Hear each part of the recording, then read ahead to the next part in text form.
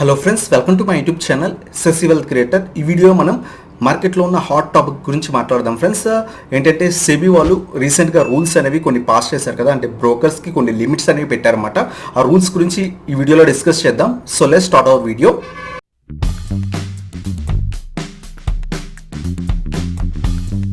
So friends, ఈ వీడియోలో మనం సెబీ వాళ్ళు రీసెంట్గా తీసుకొచ్చిన, అంటే ఈ జూలై 20 నుంచి కొన్ని రూల్స్ అనేవి ఇంప్లిమెంట్ అనేది చేద్దామని తీసుకొచ్చారన్నమాట. ఆ రూల్స్ గురించి ఈ వీడియోలో డిస్కస్ చేద్దాం ఫ్రెండ్స్. సో బేసిక్గా మనం స్టాక్ మార్కెట్లో ఏమేం చేస్తారు, జనరల్ రీటైల్ ఇన్వెస్టర్స్ కానీ పెద్ద ఇన్వెస్టర్స్ కానీ ఏమేం చేస్తారు, ఇంటర్డే ట్రేడింగ్ చేస్తారు, లేదా లాంగ్ టర్మ్ ఇన్వెస్ట్మెంట్ చేస్తారు, లేదా పొజిషనల్ ట్రేడింగ్ చేస్తారు, లేదా ఫ్యూచర్ అండ్ ఆప్షన్స్లో ట్రేడింగ్ చేస్తారు, అలాగే ప్లెడ్జింగ్ చేస్తుంటారు. సో వీటన్నిటిలో అసలు ఏమేమి మార్పులు వస్తున్నాయో ఈచ్ అండ్ ఎవ్రీథింగ్ కూడా ఇప్పుడు డిస్కస్ చేద్దాం ఫ్రెండ్స్. అంతకన్నా ముందు ఈ సర్క్యులర్స్ ఏమేమి ఉన్నాయి, అలాగే అప్స్టాక్స్ వాళ్ళు జూలై 31 నుంచే దీన్ని ఇంప్లిమెంటేషన్ అనేది స్టార్ట్ చేశారు ఫ్రెండ్స్. అది గురించి చూసిన తర్వాత అసలు ఈచ్ అండ్ ఎవ్రీథింగ్, అంటే ఇంట్రాడే వాళ్ళకి ఏవి బెనిఫిట్స్ ఉన్నాయి, ఏవి బెనిఫిట్స్ లేవు, అలాగే బీటీఎస్టీ చేస్తే దానివల్ల ఉపయోగాలు ఏంటి, లేదా లాసెస్ ఏమైనా ఉన్నాయా, ఈచ్ అండ్ ఎవ్రీథింగ్ కూడా చూద్దాం ఫ్రెండ్స్. అలాగే ఫ్యూచర్ అండ్ ఆప్షన్స్లో ఏం మార్పులు వస్తున్నాయి, అలాగే ప్లెడ్జింగ్ చేసినప్పుడు, అంటే కొంతమంది స్టాక్స్ అనేవి ఉంచుకొని ప్లెడ్జింగ్ చేస్తారు కదా, వాళ్ళకి ఏ ఇంపాక్ట్ అనేది ఉంటుంది, ఈచ్ అండ్ ఎవ్రీథింగ్ కూడా మనం ఈ వీడియోలో డిస్కస్ చేద్దాం friends. So first of all Upstox వాళ్ళు జూలై 31న కొన్ని ఆల్రెడీ ఇంప్లిమెంట్ చేస్తున్నాం మేము 31 నుంచే అని ఒక పోస్ట్ అనేది పెట్టారు ఫ్రెండ్స్. దాని గురించి డిస్కస్ చేద్దాం. ఆ తర్వాత మిగతావన్నీ కూడా మాట్లాడదాం ఫ్రెండ్స్. మనం ఈ రూల్స్, సెబీ వాళ్ళ రూల్స్ ఈచ్ అండ్ ఎవ్రీథింగ్ చూసే ముందు ఫస్ట్ ఆఫ్ ఆల్ అప్స్టాక్స్ వాళ్ళు జూలై 31న మనకి ఒక అప్డేట్ అనేది తీసుకొచ్చారు ఫ్రెండ్స్. ఈ సెబీ రూల్స్ సంబంధించిన అప్డేట్ ఒకటి ఇచ్చారు. దీంట్లో వీళ్ళు మెయిన్గా ఒక 3 అనేది ఇంప్లిమెంట్ అనేది చేస్తున్నారు ఫ్రెండ్స్. దీంట్లో ఫస్ట్ వన్ వచ్చేసరికి ఇక్కడ చూడండి, any equity shares that you have been bought అనే particular trading day will not show under your holdings until T+2 days.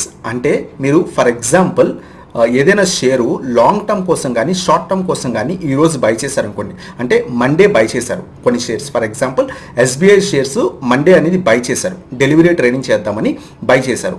ఆ షేర్స్ మీకు T+2 days దాకా మీ హోల్డింగ్స్లో అసలు కనబడవు అని చెప్తున్నారు ఫ్రెండ్స్. ఫస్ట్ రూల్ ఇదనమాట. ఇక్కడ చూడండి ఎగ్జాంపుల్ కూడా చెప్పారు, shares bought on 30th July. So ఈ ఎగ్జాంపుల్ అవసరం లేదు, నేను చెప్పాను కదా. ఫర్ ఎగ్జాంపుల్ మనం రేపు అంటే మండే ఒక SBI ఒక 100 షేర్స్ కనుక తీసుకున్నట్టయితే డెలివరీ బేస్లో పొజిషన్, అంటే షార్ట్ టర్మ్ కానీ లాంగ్ టర్మ్ కానీ తీసుకున్నట్టయితే మీరు కనుక ఆ షేర్స్ని ఎప్పుడు చూస్తారంటే T+2 days, అంటే ట్యూస్డే వెడ్నెస్డే తర్వాత మీరు ఆ షేర్స్ అనేవి మీ డిమాట్ అకౌంట్లోకి క్రెడిట్ అవుతాయని చెప్తున్నారు ఫ్రెండ్స్. ఇలా చెప్తున్నారు అన్నమాట.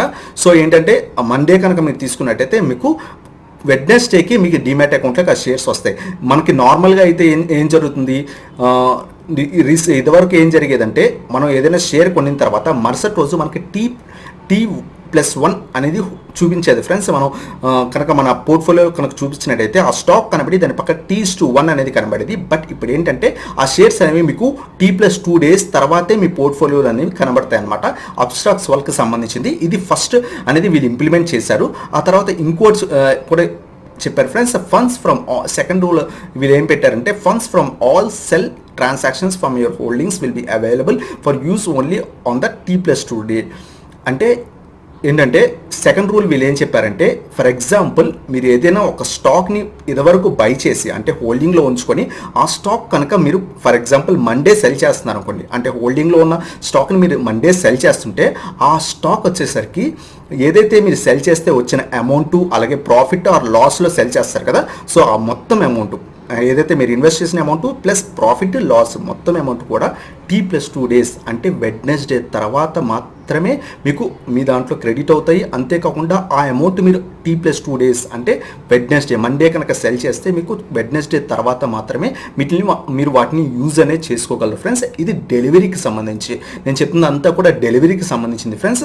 వీళ్ళు ఏం చెప్పారు చూడండి, froms from all sell transactions from your holdings, అంటే హోల్డింగ్స్లో ఉన్న స్టాక్స్ మీరు సెల్ చేసినట్టయితే కనుక ఆ సెల్ చేసిన తర్వాత వచ్చిన అమౌంట్, అంటే మీరు ఒరిజినల్గా మీరు ఇన్వెస్ట్ చేసిన amount plus profit or loss కదా, లాస్లో సెల్ చేస్తారు కదా, ఫర్ ఎగ్జాంపుల్ ప్రాఫిట్లో సెల్ చేస్తే ఆ మీ ఇన్వెస్ట్మెంట్ అమౌంట్ ప్లస్ ప్రాఫిట్ రెండు కూడా మీరు T+2 డేస్ తర్వాత మాత్రమే ఆ అమౌంట్ అనేది మీరు యూజ్ అనేది చేసుకోగలరు ఫ్రెండ్స్. సో ఇది వీళ్ళు పాస్ చేసిన సెకండ్ రూల్.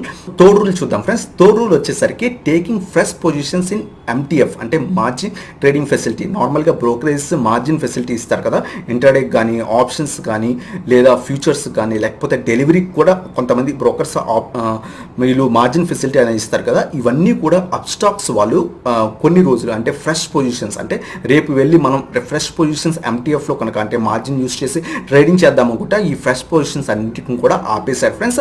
ఎందుకంటే సెబీ వాళ్ళు ఏం చేశారంటే ఈ ఫ్రెష్ పొజిషన్స్కి ఏదైతే న్యూ పొజిషన్స్కి 20% మాత్రమే అప్ ఫ్రంట్ మార్జిన్ మీరు ఖచ్చితంగా కస్టమర్ దగ్గర నుంచి అంటే క్లయింట్ దగ్గర నుంచి తీసుకోండి అని రూల్ పాస్ చేసింది. సో ఈ వీళ్ళ సిస్టమ్ అంతా అప్డేట్ చేసుకోవడానికి వీళ్ళు ఏం చేస్తున్నారంటే ఫ్రెష్ పొజిషన్స్ని యాక్సెప్ట్ అనేది చేయట్లేదు ఫ్రెండ్స్ MTF అంటే మార్జిన్ ట్రేడింగ్ ఫెసిలిటీలో. సో ఈ 3 రూల్స్ అనేవి వీళ్ళు పాస్ చేశారన్నమాట. ఈ 3 రూల్స్ మళ్ళీ రివైజ్ చేసినట్టయితే ఫస్ట్ రూల్ వచ్చేసరికి ఏదైనా ఒక స్టాక్ని మీరు బై చేస్తే ఆ బై చేసిన స్టాక్ అనేది T+2 డేస్ తర్వాత మాత్రమే మీ డిమాట్ అకౌంట్లో ఉంటుంది ఫ్రెండ్స్. ఇది ఫస్ట్ రూల్ అనమాట. అంటే మీరు మండే స్టాక్ని బై చేసినట్టయితే ఆ స్టాక్స్ మీకు వెడ్నెస్డే తర్వాత మాత్రమే మీ డిమాట్ అకౌంట్లో కనబడతాయి. ప్రీవియస్గా అయితే T+1 అలా కనబడేవి. బట్ ఇప్పుడు ఏంటంటే T+2 డేట్ 2 డేస్ తర్వాత మాత్రమే మీకు కనబడతాయి. సెకండ్ రూల్ వచ్చేసరికి మీరు ఏదైనా హోల్డింగ్లో ఉన్న స్టాక్ని కనుక సెల్ చేసినట్టయితే ఆ సెల్ చేస్తే వచ్చిన ఒరిజినల్ అమౌంట్ అంటే investment amount plus profit or లాస్లో సెల్ చేస్తారు కదా. ఫర్ ఎగ్జాంపుల్ ప్రాఫిట్ తీసుకున్నట్టయితే ఆ ప్రాఫిట్ అమౌంట్ మొత్తం కూడా మీకు T+2 డేస్ తర్వాత అంటే మీరు మండే కనుక ఏదైనా ఒక స్టాక్ని సెల్ చేసినట్టయితే హోల్డింగ్లో ఉన్న స్టాక్ని సెల్ చేసినట్టయితే మీకు వెడ్నెస్డే తర్వాత మాత్రమే ఆ అమౌంట్ అనేది మీకు కనబడుతుంది మీ ఫండ్ బ్యాలెన్స్లో. ఆ తర్వాత ఆ అమౌంట్ని యూజ్ అనేది చేసుకోగలరు ఫ్రెండ్స్. సో ఇది సెకండ్ రూల్ అనమాట. థర్డ్ రూల్ వచ్చేసరికి మార్జిన్ ట్రేడింగ్ ఫెసిలిటీ అనేది నార్మల్గా బ్రోకర్స్ అనేవి ప్రొవైడ్ చేస్తారు. బట్ రీసెంట్గా సెబీ వాళ్ళ రూల్స్ ప్రకారం ఏంటంటే మీరు ఖచ్చితంగా 20% అప్ ఫ్రంట్ మార్జిన్ అనేది ఉంటుంది. అంటే ఫర్ ఎగ్జాంపుల్ మనం ఆప్షన్స్ ఏదైనా బై చేయాలంటే ఆ ఆప్షన్స్కి మనం కొంత అమౌంట్ అనేది ఇన్వెస్ట్ చేయాలి ఫ్రెండ్స్. మిగిలిన అనేది మార్జిన్ వాళ్ళు ఇస్తారు కదా. సో ఆ మార్జిన్ ఫెసిలిటీ అంటే మనం ఏదైతే ఫస్ట్ అమౌంట్ కొంత పే చేయాలి ఉంటుంది కదా, అంటే మన డిమాట్ అకౌంట్లో ఉండాలి అమౌంట్, దాన్ని అప్ ఫ్రంట్ మార్జిన్ అంటారు. ఆ అప్ ఫ్రంట్ మార్జిన్ని ఖచ్చితంగా 20% ఖచ్చితంగా తీసుకోండి ఈ క్లయింట్ దగ్గర నుంచి, అంటే మన దగ్గర నుంచి ఖచ్చితంగా బ్రోకర్ ఫండ్ బ్యాలెన్స్ 20% ఖచ్చితంగా తీసుకోండి అని చెప్పారు ఫ్రెండ్స్. అందువల్లే వీళ్ళు ఏంటంటే ఫ్రెష్ పొజిషన్స్ అంటే మార్జిన్ ట్రేడింగ్ ఫెసిలిటీలో ఫ్రెష్ పొజిషన్స్ని ప్రస్తుతానికి ఈ అప్స్టాక్స్ వాళ్ళు క్లోజ్ అనేది చేశారన్నమాట. అంటే new positions margin trading facility అనేది వీళ్ళు ఇవ్వట్లేదు ప్రస్తుతానికి. వాళ్ళ సిస్టమ్స్ అన్ని అప్డేట్ చేసుకున్న తర్వాత అంటే వితిన్ 1 మంత్లో అప్డేట్ చేసుకున్న తర్వాత ఆ నెక్స్ట్ నుంచి మళ్ళీ MTF మార్జిన్ ఫెసిలిటీ అనేది ఈ అప్స్టాక్స్ వాళ్ళు ప్రొవైడ్ చేస్తున్నారు ఫ్రెండ్స్. ఇది అప్స్టాక్స్ వాళ్ళు మనకి చెప్పిన రూల్స్ అనమాట. ఇది జూలై 31 నుంచి, నార్మల్గా సెబీ వాళ్ళు ఆగస్టు 1 నుంచి ఇంప్లిమెంట్ చేయమన్నారు. బట్ వీళ్ళు జూలై 31 నుంచే ఇంప్లిమెంట్ అనేది చేస్తున్నారు అనమాట. సో ఇది జూలై 31 మనకు వచ్చిన నోటీసు అప్స్టాక్స్ వాళ్ళ దగ్గర నుంచి. ఫ్రెండ్స్ మీరు చూసారు కదా అప్స్టాక్స్ వాళ్ళు ఇంప్లిమెంట్ చేసిన రూల్స్ జూలై 31 నుంచే వీళ్ళు చేస్తున్నారు అనమాట.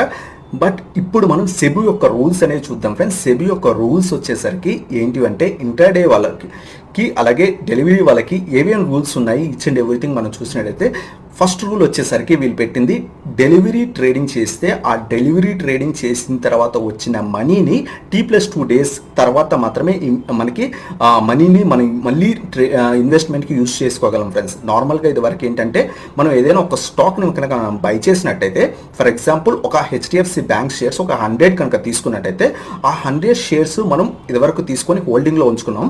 ఆ 100 షేర్స్ మనం ఈరోజు సెల్ చేస్తే ఆ వచ్చిన అమౌంట్ని మనం ఇంటర్డే కానీ లేకపోతే మళ్ళీ ఇంకో ఇన్వెస్ట్మెంట్ కానీ వాడుకునే వాళ్ళం ఫ్రెండ్స్. ఏది హోల్డింగ్లో పొజిషన్ సెల్ చేసిన తర్వాత వచ్చిన అమౌంట్ని మనం వాడుకునే వాళ్ళం. రీసెంట్గా ఆ రోజే వాడుకునే వాళ్ళం లేదా నెక్స్ట్ డే కానీ వాడుకునే వాళ్ళం. బట్ ఇప్పుడు సెబీ రూల్ ఏమని పెట్టిందంటే మీరు ఏదైతే హోల్డింగ్లో ఉన్న స్టాక్ని సెల్ చేస్తున్నారో ఆ సెల్ చేస్తే వచ్చిన మీరు ఇన్వెస్ట్మెంట్ అమౌంట్ ప్లస్ ప్రాఫిట్ మొత్తం కూడా T+2 డేస్ తర్వాత మాత్రమే మీరు యూజ్ చేయగలరు అనేది పెట్టింది ఫ్రెండ్స్. ఇది ఫస్ట్ రూల్ అనమాట. సో ఇది పొజిషనల్ ట్రేడర్స్కి అలాగే ఎవరైతే లాంగ్ టర్మ్ ఇన్వెస్ట్ చేస్తున్నారో వాళ్ళకి కొంచెం ఇబ్బంది ఫ్రెండ్స్. ఎందుకంటే మనం ఏదైతే మనం సెల్ చేస్తామో ఆ తర్వాత ఆ అమౌంట్ అనేది వేరే దాంట్లో ఇన్వెస్ట్ చేయడానికి యూజ్ చేస్తాం. బట్ ఇప్పుడు వీళ్ళు పాస్ చేసిన రూల్ ప్రకారం మన T+2 days అంటే మండే కనుక మనం ఏదైనా స్టాక్ని సెల్ చేస్తే ఆ వచ్చిన అమౌంట్ని మనం T+2 days అంటే వెడ్నెస్డే తర్వాత మాత్రమే యూజ్ అనేది చేయగలం ఫ్రెండ్స్. సో ఇది ఫస్ట్ రూల్ అనమాట. సో ఇది పొజిషనల్ ట్రేడర్స్కి కొంచెం ఇబ్బంది. ఇంకోటి ఏంటంటే BTST వాళ్ళకి ఇబ్బంది ఫ్రెండ్స్. ఏంటంటే నార్మల్గా BTST ఎందుకు చేస్తాం, ఈరోజు ఏదైనా స్టాక్ని బై చేసి మరుసటి రోజు సెల్ చేసేస్తాం. బట్ అలా సెల్ చేస్తే మనకి అమౌంట్ అనేది వెంటనే రాదు ఇంకో స్టాక్ కొనడానికి. సో BTST వాళ్ళకి చాలా అంటే చాలా ఇబ్బంది ఫ్రెండ్స్.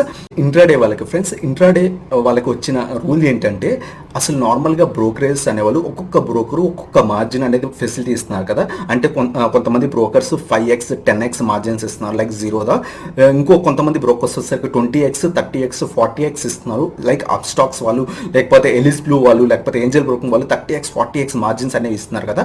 వీటన్నిటిని కంట్రోల్ చేయడానికి సెబీ వాళ్ళు కొత్త రూల్స్ అనేవి పాస్ చేశారు. ఏంటంటే వాళ్ళు చెప్పిన ఒక లిమిటెడ్ మార్జిన్ మాత్రమే ప్రొవైడ్ చేయండి క్లయింట్స్కి. అంటే వాళ్ళు ఒక 10x 15x అలా మార్జిన్ ఇస్తే ఆ మార్జిన్ మాత్రమే ప్రొవైడ్ చేయండి. అందరు బ్రోకర్స్ ఈ రూల్స్ అనేవి ఫాలో అవ్వండి. ఫాలో అవ్వకపోతే మీకు డిసెంబర్ తర్వాత నుంచి మీకు పెనాల్టీ అనేది ఉంటుంది అని చెప్పారన్నమాట. సో దానికోసం మీరు ఏదైతే అమౌంట్ క్లయింట్ దగ్గర నుంచి అప్ ఫ్రంట్ మార్జిన్ అంటారు ఫ్రెండ్స్. అప్ ఫ్రంట్ మార్జిన్ అంటే ఏంటంటే మనం ఏదైతే ఫర్ ఎగ్జాంపుల్ ఆప్షన్స్లో ఒక కొంత అమౌంట్తో మిగిలినంత మార్జిన్ తీసుకొని ట్రేడ్ చేస్తాం కదా, ఈ కొంత అమౌంట్ మాత్రం మన ఫండ్ బ్యాలెన్స్లో అనేది ఉండాలి. ఆ ఫండ్ బ్యాలెన్స్లో మన కొంత అమౌంట్ అనేది ఫస్ట్ మనం ఇన్వెస్ట్ చేసి మిగిలిన మార్జిన్ తీసుకుంటాం కదా, ఆ కొంత ఫండ్ బ్యాలెన్స్ని మనం అప్ ఫ్రంట్ మార్జిన్ అంటారు. సో అది ఉంటే మాత్రమే మనం ట్రేడ్ చేయగలం కదా. సో మినిమం 20% క్లయింట్ దగ్గర నుంచి తీసుకోండి, ఆ తర్వాత మాత్రమే మిగిలిన అమౌంట్ అనేది మీరు ఇవ్వండి మార్జిన్ కింద అని చెప్పింది అనమాట. ఇంకోటి ఏంటంటే వీళ్ళు మార్జిన్స్ అనేవి అంటే లివరేజ్ అనేవి కొంత తక్కువ ఇవ్వమని చెప్పింది ఫ్రెండ్స్. అంటే 10x 20x 30x 40x అలా ఇవ్వకుండా 10x 20x అంత మాత్రమే ఇవ్వండి అని ఒక రూల్ అనేది పాస్ చేసింది అనమాట. ఇది ఇంట్రాడే వాళ్ళకి కొంత ఎఫెక్ట్ అనేది ఉంటుంది, అలాగే ఫ్యూచర్ అండ్ ఆప్షన్స్ వాళ్ళకి కూడా ఎఫెక్ట్ అనేది ఉంటుంది ఫ్రెండ్స్. ఎందుకంటే ఇదివరకు మనకి హయ్యర్ లెవరేజెస్తో మనం ట్రేడింగ్ అనేది చేసేవాళ్ళు. పెద్ద ఫర్ ఎగ్జాంపుల్ ఒక 1 lakh తీసుకొస్తే మనం 30 lakhs 40 lakhsతో కూడా ట్రేడింగ్ అనేది చేయొచ్చు ఫ్రెండ్స్. సో 40x అంటే 40 lakhs ట్రేడింగ్ చేయొచ్చు. బట్ ఇప్పుడు వీళ్ళు సెబీ వాళ్ళు రూల్ ప్రకారం కొంత లివరేజ్ మాత్రమే ఇస్తున్నారు, అంటే 5x 10x లివరేజ్ ఇస్తారు. సో అలా చేయొచ్చు. దీనివల్ల బెనిఫిట్స్ ఏంటంటే మనకి పెద్ద ఎవరైతే లెవరేజ్ చేస్తున్నారో వాళ్ళకి ఇది బ్యాడ్ న్యూస్ ఫ్రెండ్స్. బట్ ఎవరైతే చిన్న ఇన్వెస్టర్స్ ఉన్నారో వాళ్ళ యొక్క రిస్క్ లెవెల్స్ అనేవి తగ్గిపోతాయి ఫ్రెండ్స్. ఫర్ ఎగ్జాంపుల్ మీ దగ్గర 1 lakh ఉంటే మీరు 10x మార్జిన్ కనుక బ్రోకర్ ప్రొవైడ్ చేస్తే 10 lakhsతో ట్రేడింగ్ అనేది చేయగలరు. బట్ మీరు కనుక వాళ్ళు 40x ప్రొవైడ్ చేస్తే 1 lakh to 40 lakhs కనుక మీరు ట్రేడింగ్ చేస్తే ఒక 10% లాస్ అయితే మీ మొత్తం అమౌంట్ అనేది పోతుంది. సో ఈ రిస్క్ లెవెల్స్ని తగ్గించడానికి సెబీ వాళ్ళు ఈ రూల్స్ అనేవి పెట్టారు ఫ్రెండ్స్. అంటే లెవరేజెస్ అనేవి తగ్గిస్తున్నారు అనమాట. సో ఇది కొంచెం మంచి రూల్ ఫ్రెండ్స్. బట్ నెమ్మదిగా ఇంప్లిమెంట్ అనేది అవుతుంది. సో సెప్టెంబర్ తర్వాత ఇంప్లిమెంట్ చేస్తాము ఈ మార్జిన్ అవన్నీ చెప్తున్నారు.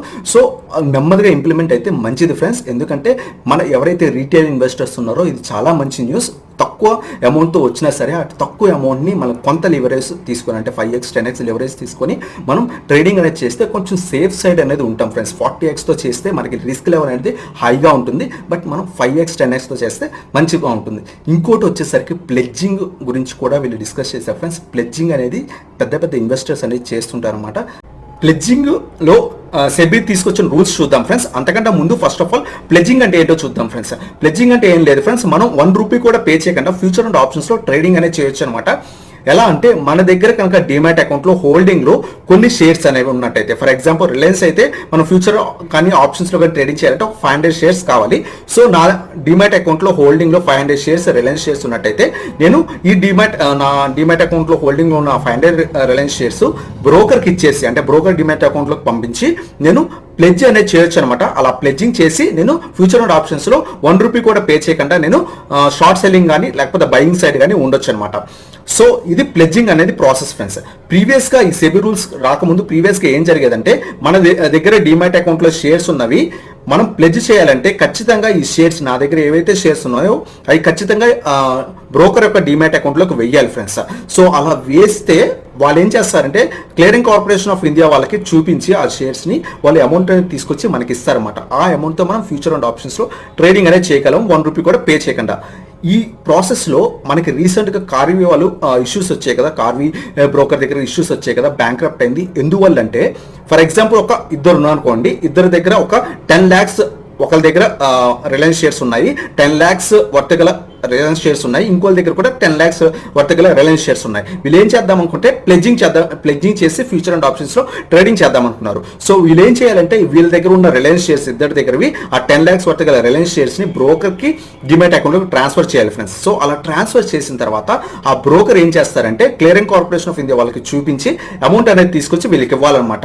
సో కార్వీ వాళ్ళు ఏం చేశారంటే, కార్వీ బ్రోకర్ ఏం చేశారంటే ఇద్దరికి ఇవ్వకుండా, ఫర్ ఎగ్జాంపుల్ ఇద్దరి దగ్గర తీసుకున్నారు 10 lakhs వర్త్ గల రిలయన్స్ షేర్స్ ని తీసుకొని తన డిమాట్ అకౌంట్ లో కార్వీ దాంట్లో ఉంచారన్నమాట. అలా ఉంచి అమౌంట్ ని క్లియరింగ్ కార్పొరేషన్ ఆఫ్ ఇండియా దగ్గర నుంచి తీసుకొచ్చి ఇద్దరికి ఇవ్వకుండా ఒక అతనికి ఇచ్చి ఇంకో అతనికి ట్రేడింగ్ చేయకుండా ఉన్నట్టయితే ఇద్దరి షేర్స్ వర్త్ గల షేర్స్ అమౌంట్ వచ్చేసరికి ఆ బ్రోకర్ ఏం చేశారంటే ఒకరికే ఇచ్చారనమాట ట్రేడింగ్ చేసుకోమని. అంటే 20 lakhs ఒకరికే ఇచ్చి ఇంకోరికి ఇవ్వలేదన్నమాట. సో అలా ఇవ్వడం వల్ల ఇతను ఏం చేశారంటే, ఫర్ ఎగ్జాంపుల్ నాకు ఇచ్చారనుకోండి, నేను ట్రేడింగ్ చేసి లాస్ అయిపోయా ఆ 20 lakhs షేర్స్, ఆ 20 lakhs ఆప్షన్స్ లో లాస్ అయిపోయాను అనుకోండి. సో నేను రీపే అనేది చేయలేను. ఏం చేస్తారంటే నా 10 lakhs షేర్స్ పోయినట్టే, బట్ ఇంకో 10 lakhs షేర్స్ వర్త్ గల అమౌంట్ కూడా నాకే ఇచ్చారు కాబట్టి అది కూడా లాస్ అయిపోయింది. కాబట్టి ఇతను ఏదైతే సెకండ్ పర్సన్ 10 lakhs షేర్స్ ఇచ్చి ట్రేడింగ్ చేయలేపారో అతను వచ్చి రిక్వెస్ట్ చేస్తే వీళ్ళు అమౌంట్ అనేది రీపే చేయలేక బ్యాంక్రప్ట్ అయిపోయారు ఫ్రెండ్స్. సో ఈ ప్రాసెస్ని కంట్రోల్ చేయడానికి సెబీ వాళ్ళు ఏం చేస్తున్నారంటే ఈ ప్లెడ్జింగ్ లో కూడా రూల్స్ అనేవి పాస్ చేస్తున్నారు ఫ్రెండ్స్. ఆ రూల్స్ అంటే ఏంటంటే ఇదివరకు ఏంటి, మన దగ్గర షేర్స్ ఉంటే మనం ప్లెడ్జ్ చేయాలనుకుంటే ఖచ్చితంగా బ్రోకర్కి ఇవ్వాలి. అంతేకాకుండా ప్రీవియస్గా ఏం జరిగేదంటే నేను ఇలా ప్లెడ్జ్ చేసి నా షేర్స్ అనేవి బ్రోకర్కి ఇచ్చిన తర్వాత ఆ కంపెనీ ఏదైతే రిలయన్స్ కంపెనీ కనుక డివిడెండ్స్ అనౌన్స్ చేస్తే ఆ డివిడెండ్స్ కూడా బ్రోకర్ దగ్గరికి వెళ్ళిపోయాయి ఫ్రెండ్స్. ఎందుకంటే ఎవరి డిమాట్ అకౌంట్లో షేర్స్ ఉంటే వాళ్ళకి కదా వాళ్ళ బ్యాంక్ అకౌంట్స్ కూడా వెళ్ళేది. సో వీళ్ళకి వెళ్ళిపోయాయి డివిడెండ్స్. వీళ్ళు కొంతమంది పే చేసేవాళ్ళు బ్యాక్, ఎవరైతే క్లయింట్స్ ఉన్నాయో వాళ్ళకి, కొంతమంది పే చేసేవాళ్ళు కాదు. ఈ ఇష్యూ కూడా ఉండేది. అంతేకాకుండా ఒక షేర్స్ అమౌంట్ తీసుకొచ్చేసి ఫ్యూచర్ అండ్ ఆప్షన్స్ ట్రేడింగ్ చేయడానికి కొంతమందికి ఇచ్చి కొంతమందికి ఇచ్చేవాళ్ళు కాదు ఫ్రెండ్స్. ఈ ఇష్యూస్ అన్ని కంట్రోల్ చేయడానికి సెబీ వాళ్ళు కొత్త రూల్స్ అనేవి ప్లెడ్జింగ్ లో తీసుకొస్తున్నారు. ఆ రూల్స్ ఏంటంటే ఏదైతే మనం ప్లెడ్జ్ చేద్దాం అనుకున్నామో ఆ ప్లెడ్జ్ చేసినప్పుడు మనం ఏదైతే ప్రీవియస్గా అయితే డిమాట్ అకౌంట్ బ్రోకర్ డిమాట్ అకౌంట్లో వేయాలో ఇప్పుడు అలా వేయకుండా ఏదైతే షేర్స్ ప్లెడ్జ్ చేద్దాం అనుకున్నారో ఆ షేర్స్ మన దాంట్లోనే లీన్ పొజిషన్లో ఉంటాయి ఫ్రెండ్స్. మనం ఐపీఓకి అప్లై చేసినప్పుడు లీన్ పొజిషన్స్లో మన అమౌంట్ హోల్డ్లో ఉంటుంది. మనకి ఐపీఓ షేర్స్ వస్తే మనకు వస్తాయి, ఆ అమౌంట్ అనేది కట్ అయిపోతుంది. ఒకవేళ మనకి ఐపీఓలో షేర్స్ రాకపోతే కనుక ఆ షేర్స్ ఆ అమౌంట్ అనేది మన బ్యాంక్ అకౌంట్లోకి వెనక్కి వచ్చేస్తాయి కదా. సేమ్ అలా లీన్ అమౌంట్ మన దాంట్లో షేర్స్ అనేవి లీన్లో ఉంటాయి, అంటే హోల్డింగ్లో ఉంటాయి. వాటిని మనం సెల్ చేయలేము అనమాట ఆ పీరియడ్లో మనం ప్లెడ్జింగ్ కనుక చేసినట్టయితే.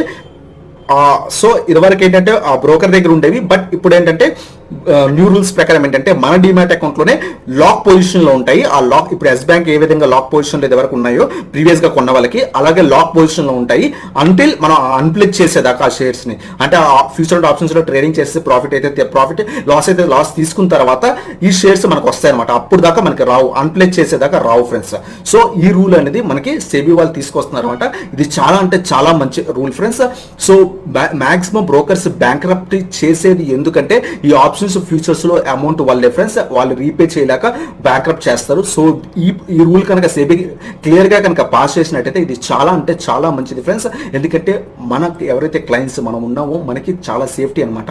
ఎందుకంటే ప్లెడ్జ్ చేసినప్పుడు డిమాట్ అకౌంట్ లో షేర్స్ హోల్డ్ పొజిషన్స్ లో ఉంటాయి, అంటే బ్లాక్ పొజిషన్స్ లో ఉంటాయి, కానీ మనకు కనబడుతుంటాయి కానీ బ్లాక్లో ఉంటాయి. మనం వాటిని సెల్ చేయడం కానీ అన్ప్లెజ్ చేసేదాకా, బట్ మన దగ్గర ఉంటాయి షేర్స్, బ్రోకర్ డిమాట్ అకౌంట్లోకి ఉండవు అనమాట. అంతేకాకుండా ఆ కంపెనీ కనుక మనం ఏదైతే షేర్స్ ప్లెడ్జ్ చేసామో ఆ కంపెనీ కనుక డివిడెండ్స్ అనౌన్స్ చేస్తే ఆ డివిడెండ్స్ అనేవి మన బ్యాంక్ అకౌంట్లో పడతాయి. అది కూడా సేఫ్ సైడ్ ఫ్రెండ్స్. సో ఈ రూల్ అనేది చాలా అంటే చాలా మంచి రూల్. అలాగే ఇంట్రాడే చూసాం కదా, ఇంట్రాడేకి మార్జిన్స్ అనేవి తగ్గిస్తున్నారు. 40%, 40x 20x ఇవ్వకుండా కొంత తగ్గిస్తున్నారు ఫ్రెండ్స్. అంతేకాకుండా డెలివరీ వచ్చేసరికి మనం హోల్డింగ్ చేస్తున్న డెలివరీ స్టాక్స్ సెల్ చేస్తే కనుక మనకి T+2 days తర్వాత మాత్రమే ఏదైతే మనం సెల్ చేసే వచ్చే అమౌంట్ మనం T+2 days తర్వాత మాత్రమే యూజ్ అనేది చేయగలం అనమాట. సో ఇవి ఫ్రెండ్స్ బేసిక్ సెబీ రూల్స్ అనమాట. ఈ వీడియో కనుక నచ్చినట్టయితే లైక్ చేయండి, అలాగే మీరు నా ఛానల్ కొత్తగా వచ్చినట్టయితే సబ్స్క్రైబ్ చేయండి అండ్ బెల్ ఐకాన్ ప్రెస్ చేయండి. So that latest video updates అనేవి మీకు వస్తాయి అనమాట. Thank you so much for watching. Have a nice day.